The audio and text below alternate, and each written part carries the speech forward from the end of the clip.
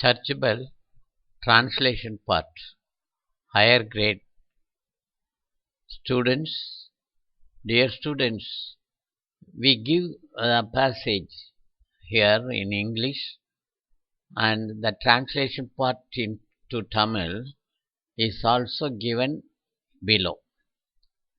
The headings, the title, Good Soil Brings Good Fruit.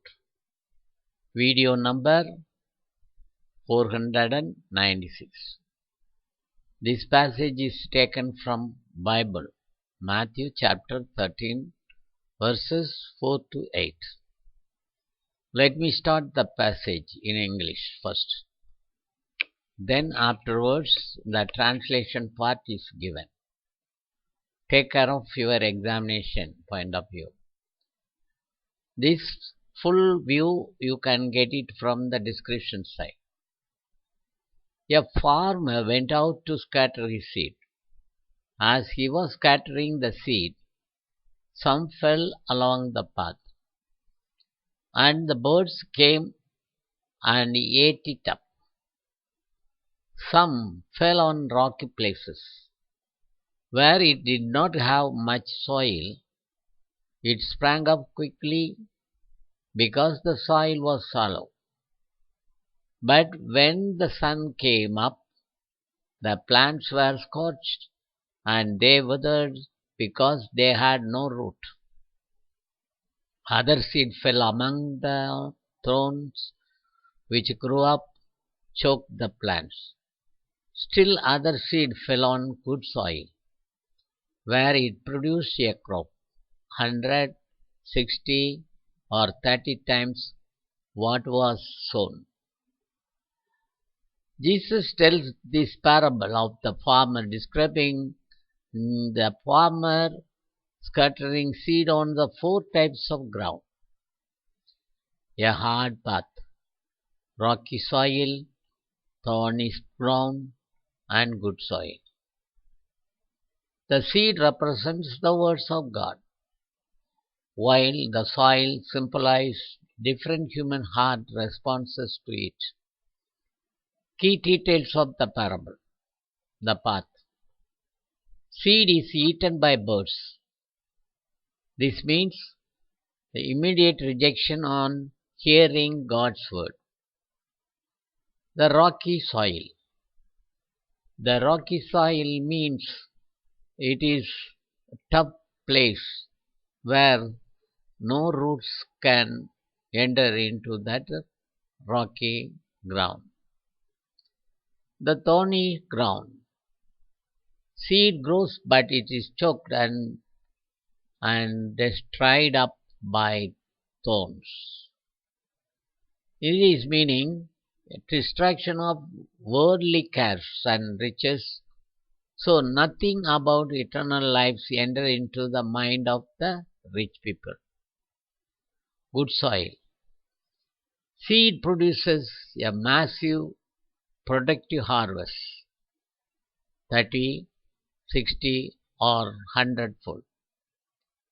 The passage highlights that the good soil represents those who hear, understand, and produce fruit.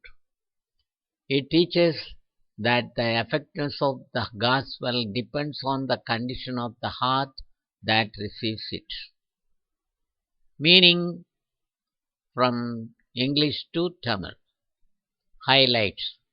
சிறப்பு அம்சங்கள். Eternal life, நிலை வாழ்வு. Thorns, முட்கள். Symbolize, அடையாளப்படுத்து. Choked, திணறின. Scorched, எரிந்தன. Sprang up, முளைத்தது. இப்போது நாம் தமிழில் மேலே கூறப்பட்ட ஆங்கில பகுதியை தமிழில் உங்களுக்கு தருகிறோம். நீங்கள் உங்களுக்கு கொடுக்கப்பட்ட பகுதி ஆங்கிலத்தில் இருந்தால் எவ்வாறு நீங்கள் அதை தமிழாக்கம் செய்ய வேண்டும் என்பதற்கு இது ஒரு மாடலாக தந்திருக்கிறோம். ஒரு விவசாயி தனது விதையை விதைக்கச் சென்றான். அவர் விதைகளை விதைக்கும்போது சில பாதை ஓரம் விழுந்தன. பறவைகள் வந்து அதை சாப்பிட்டன. சில அதிக மண் இல்லாத பாறை இடங்களில் விழுந்தன. மண் ஆழமற்றதாக இருந்ததால் அது விரைவாக முளைத்தது. ஆனால் சூரியன் உதித்தபோது செடிகள் கருகி வேர் இல்லாததால் அவை வாடின. மற்ற விதைகள் முட்கள் மத்தியில் விழுந்தன. அவை வளர்ந்து செடிகளை நெரித்தன. இன்னும் சில விதைகள் நல்ல நிலத்தில் விழுந்தன. அங்கு அது விதைக்கப்பட்டதை விட 100 மடங்கு, 60 மடங்கு, 30 மடங்காக விளைந்தன. மத்தேயு 13ஆம் அதிகாரம் இறைவசனம் 3 முதல் 8 இயேசு விதைப்பவரின் உவமையை சொல்கிறார். ஒரு விவசாயி 4 வகையான நிலங்களில் விதைப்பதை விவரிக்கிறார். கடினமான பாதை, பாறை, மண், முட்கள் நிறைந்த நிலம் மற்றும் நல்ல மண். விதை கடவுளின் வார்த்தையை குறிக்கிறது. அதே நேரத்தில் அதற்கு வெவ்வேறு மனித இதயங்கள் எதிர்வினையாக காட்டப்படுகின்றன. உவமையின் முக்கிய விவரம் வழியோரம். வழியோரம் விதை விழுந்தால் விதைகளை பறவைகள் உண்ணுகின்றன. கடவுளின் வார்த்தையை கேட்பதை உடனடியாக நிராகரிக்கும் மனிதர்கள். பாறை நிலம். விதை விரைவாக முளைக்கின்றது, ஆனால் வேர்கள் இல்லாததால் வாடி விடுகிறது. மேலோட்டமான கடவுள் மீது நம்பிக்கை, தற்காலிகமான நம்பிக்கை கொண்ட மனிதர்களை இது குறிக்கிறது. முட்கள் நிறைந்த நிலம். நிலம் அந்த நிலத்தில் விதை வளர்கிறது, ஆனால் முட்களால் நெரிக்கப்படுகின்றன. உலக கவலைகள், செல்வங்களின் கவன சிதறல்கள்.